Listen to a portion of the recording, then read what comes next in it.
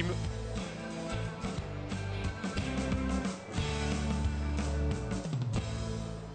Mesdames, Messieurs, bonjour. Très heureux de vous retrouver ici dans le cadre du sommet de l'élevage à Clermont-Ferrand, à Cournon très précisément. Effectivement, le journal La Montagne et TV Agri sont associés pour produire des émissions durant 3 jours. Vous allez voir, on va balayer un peu tous les sujets en lien avec l'actualité de l'agriculture et on va démarrer juste là à présent sur le co-farming avec mes invités. Laurent Dany, bonjour. Bonjour Jean-Paul. Vous êtes directeur marketing client de Syngenta. Juste à vos côtés se trouve Gilles Cavalli. Bonjour. Bonjour Jean-Paul. Vous êtes cofondateur d'AgriFind. On aura l'occasion de savoir ce qu'il en est par la suite. Et vice-président de l'association Co-Farming. Juste à ma droite, Delphine Battu. Bonjour. Bonjour. Vous êtes ingénieur chez WeFarmUp. Vous aurez aussi l'occasion de nous dire ce qu'il en est. Et Mathieu Aubry, bonjour. Vous êtes directeur d'Agronov. Voilà, alors on va parler de la révolution du co-farming. Et la question, bien sûr, c'est pour Gilles Cavalli. Qu'est-ce que c'est que ce co-farming? Le co-farming, concrètement, c'est le faire ensemble en réseau. L'idée, c'est d'utiliser les outils numériques d'aujourd'hui pour favoriser le partage entre pairs, pour favoriser la compétitivité des exploitations agricoles, donc entre exploitants agricoles, mais aussi au sein du monde agricole plus généralement. Alors, vous avez employé le terme de numérique parce que la mise en réseau, elle existe depuis des décennies. Ce qui est nouveau, c'est l'utilisation du numérique. Qui plus est dans le monde agricole, le travail en groupe, ça existe depuis que l'agriculture existe. Là, la particularité, c'est que le numérique permet de découvrir des choses qui sont cachées, qui sont peut-être à côté ou un petit peu plus loin de chez nous, mais qui sont accessibles grâce aux smartphones, entre autres, et aux tuyaux d'Internet. Et ce qui est intéressant, c'est que le numérique, ça permet de s'affranchir des distances, c'est-à-dire qu'effectivement, on peut contacter les agriculteurs qui sont beaucoup plus distants que si on devait les contacter de façon physique. Et puis aussi, c'est très massif, c'est-à-dire qu'on peut regrouper un grand nombre d'agriculteurs. Et ça rapproche les gens, puisque derrière, une fois que le contact est pris à travers l'ordinateur, à travers la machine, il y a une rencontre qui est faite pour un sujet ou pour un autre. Et c'est là où l'humain entre en compte et au cœur du projet co-farming. Alors, notre première plateforme, Delphine Battu, vous représentez WeFarmUp. Je connais bien WeFarmUp, mais expliquez-moi quand même ce que c'est. Donc WeFarmUp, c'est une plateforme de location de matériel agricole entre agriculteurs. Donc le principe, c'est que des propriétaires de matériel vont proposer leur matériel à la location, qui va être loué par des locataires autour de chez eux, un rayon de 30 km à peu près. Ça permet de valoriser le matériel agricole. Quelques chiffres clés pour donner une ordre d'idée de ce qu'est WeFarmUp aujourd'hui? Alors WeFarmUp aujourd'hui a 2 ans et on est à peu près 5000 utilisateurs et 4500 matériels sur le site. Il y a des centaines de recherches par semaine et on a aussi un réseau d'ambassadeurs sur le terrain qui sont à peu près 70 agriculteurs. Des ambassadeurs, c'est des agriculteurs qui créent des communautés d'agriculteurs autour d'eux? Tout à fait, qui vont voir les agriculteurs et qui expliquent le principe de WeFarmUp et aident les gens à poser des annonces. Ça permet de densifier le réseau d'offres et aussi de faire connaître WeFarmUp pour qu'il y ait de la demande. Alors, autre plateforme AgriFind, le principe? Au sein d'AgriFind, ce qu'on souhaite, c'est valoriser, diffuser le savoir-faire, les talents, comment valoriser, diffuser, oui, l'innovation, le savoir-faire, les talents que les agriculteurs ont, tout simplement en leur proposant une plateforme de façon à mettre en avant leurs compétences. Et comme une compétence de terrain avérée, ça a de la valeur, l'idée c'est qu'ils soient rémunérés pour l'activité de conseil auprès de leurs pairs. Parce que c'est vrai que qui mieux qu'un agriculteur qui, par exemple, sait régler son semoir de semis sous couvert, peut être en relation avec un autre agriculteur qui, lui, a besoin d'apprendre à comment le régler, c'est ça? Et le côté de dire ça fait 3 ans, 5 ans, 8 ans que j'ai mis en place telle et telle pratique, que j'utilise tel et tel matériel, ça c'est très précieux et c'est très complémentaire à l'activité de conseil classique telle qu'elle est faite depuis des années dans notre pays. Mathieu Aubry, présentez-nous Agronov. Alors c'est un petit peu différent, allez-y.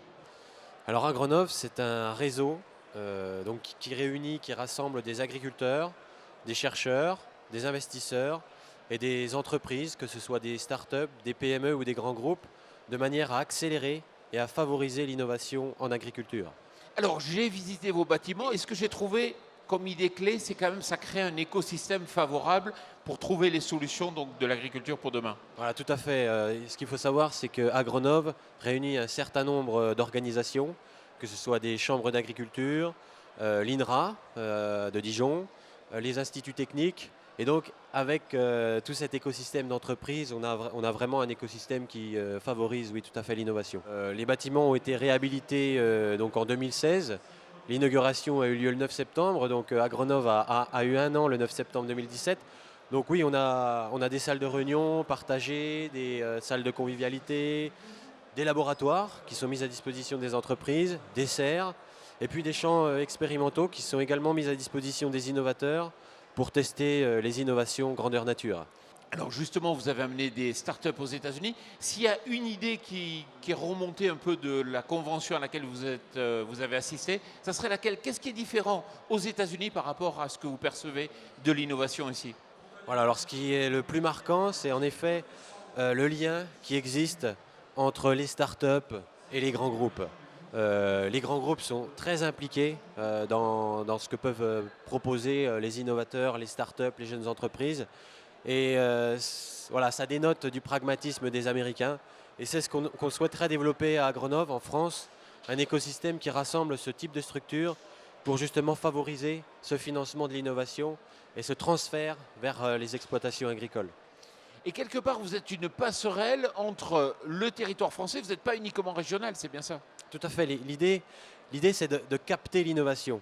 L'innovation, bien sûr, elle se réalise au niveau local, dans les exploitations agricoles, en France, mais aussi à l'étranger. Et donc l'idée, c'est de connecter des réseaux. Bon, notamment aux États-Unis, on commence par ce marché-là, de manière à créer des courants d'affaires, d'échanges, d'innovation et d'information entre nos réseaux. Et d'ailleurs, on peut vous retrouver sur Agriculture et Nouvelles Technologies puisque vous avez envoyé des bulletins un peu sur votre perception du microcosme de l'innovation aux États-Unis. Laurent Dany, comment vous percevez le co-farming? Écoutez Jean-Paul, moi très sincèrement, quand j'entends les personnes présentes sur le plateau, je trouve qu'il y a une vraie révolution au niveau du monde agricole. On avait auparavant, depuis 20 ans, des agriculteurs qui étaient très bien équipés, qui allaient chercher de l'information. Et là, on voit apparaître quelque chose qui est beaucoup plus horizontal, qui permet la mise en relation directe entre les agriculteurs. Et comme pour le grand public, on a vu émerger des plateformes type Blablacar par exemple, je pense que ce type de plateformes qui vont émerger à l'avenir vont certainement participer aussi à une approche économique plus importante au niveau des fermes. Il y a certainement des gains de productivité à aller chercher au niveau des agriculteurs et je pense que cette émergence de plateformes y participera très certainement. Est-ce que c'est une révolution? Alors, une révolution ou une évolution, je pense que ça peut être les deux à la fois. Ceci dit, aujourd'hui, dans le monde agricole, il y a différents acteurs. Il y a des acteurs traditionnels, des acteurs émergents. Et c'est très certainement au bénéfice des deux types d'acteurs que ces approches vont se développer. C'est vrai que ça bouscule quand même un peu ce qui se passe sur le terrain, Gilles. Oui, et c'est parce qu'on est centré sur l'agriculteur qu'on souhaite lui apporter les meilleures solutions et mettre à sa disposition de façon la plus claire possible des leviers pour être plus performant. On reprend l'histoire du semis sous couvert ou de l'agriculture de conservation. L'innovation, elle s'est faite principalement sur les fermes. Et aujourd'hui, on a un certain nombre de personnes qui sont tout en fait en capacité, et qui le font déjà, d'aller témoigner, expliciter la façon dont ils s'y sont pris pour changer leur modèle de culture et retourner sur des bases agronomiques. Alors, le co-farming, c'est aussi la possibilité de créer un complément de revenus pour les agriculteurs. Et juste après, Laurent, peut-être ?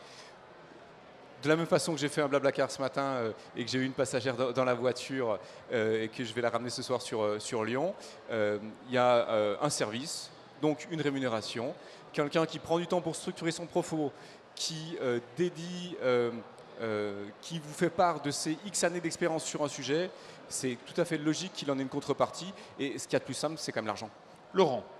Oui, moi quand j'entends tous ces débats, je me dis qu'il y a quelque chose à changer au niveau du monde agricole. C'est la notion d'usage, la notion de propriété. Et là, très clairement, par rapport à ce que vient de dire Gilles, il y a clairement quelque chose à faire. Il y a des gains de productivité à aller chercher et il faut certainement changer les mentalités. Et on aura besoin de nombreux acteurs au niveau du monde agricole pour pouvoir faire ce bond en avant. Delphine, il y a une date importante à retenir, c'est laquelle? C'est le 25 janvier 2018. 25 janvier 2018, pourquoi? Parce que c'est la date du Co-Farming Fest. Donc c'est un événement qu'organise l'association Co-Farming qui va permettre justement cet échange entre les acteurs traditionnels et les acteurs émergents du co-farming. Et c'est vraiment une journée qui se veut internationale pour mettre en avant la mise en réseau des agriculteurs. 25 janvier, le premier International Co-Farming Fest, c'est là où va se réfléchir certainement les formes d'organisation des agriculteurs demain, exactement les mêmes qui ont été créées il y a quelques décennies pour la structure sur le terrain, sauf qu'aujourd'hui, il y a aussi justement cette dimension numérique qui permet d'avoir un effet de masse plus important. Et ça tombe bien parce qu'il y a un véritable enjeu de compétitivité pour les agriculteurs, un peu à l'instar de ce que vous proposez, d'essayer de trouver de nouveaux ressorts de compétitivité. Mathieu Aubry, vous avez décidé d'être partenaire justement du Co-Farming Fest, de même que Syngenta d'ailleurs. Pourquoi ? Parce qu'aujourd'hui, on se rend bien compte que l'agriculture, elle est quand même confrontée à différents enjeux, à différentes problématiques. Elle a des challenges à relever. Celui de la révolution numérique en est un, celui de la transition agroécologique en est un autre, mais tout est lié. Et donc, on sent bien que l'agriculteur, voilà, il évolue dans un environnement assez anxiogène, mais c'est une opportunité. Alors, il a besoin d'avoir de plus en plus de connaissances. Et nous, au niveau d'Agronov, on implique les agriculteurs dans ces dynamiques d'innovation. Et c'est important pour nous de promouvoir ce genre d'économie collaborative, de manière à ce que les agriculteurs s'inscrivent dans cette dynamique de l'échange, du partage d'informations. Alors ça aura lieu boulevard Haussmann dans les locaux de BPI parce qu'effectivement on s'est tourné vers l'innovation. On a parlé de WeFarmUp. WeFarmUp, vous avez été la première plateforme au monde, vous avez été pionnier dans ce domaine, mais aujourd'hui il y a déjà, je crois, 3 plateformes en Inde, il y en a une au Danemark, il y en a une aux États-Unis. On sent vraiment naître en fait des plateformes dans tous les pays. En Afrique aussi, avec l'autre acteur, on voit qu'il y a énormément de plateformes. Peut-être vous, AgriFind, vous êtes encore les seuls pour l'instant, mais il va y en avoir d'autres. Votre modèle va être repris, et tant mieux. Sur le volet mettre en avant des personnes qui tarifent leurs prestations, à ma connaissance, on est la seule aujourd'hui. Sur le volet e-learning, avec des gens qui se filment ou qui sont filmés pour témoigner de leurs pratiques et que rendre cette vidéo accessible, ça existe déjà, et notamment au Kenya, par exemple, avec... Voilà. Madame, Messieurs, merci beaucoup d'avoir participé. Merci à vous de nous avoir suivis en direct. On se retrouve dans quelques instants pour une nouvelle émission en partenariat avec La Montagne.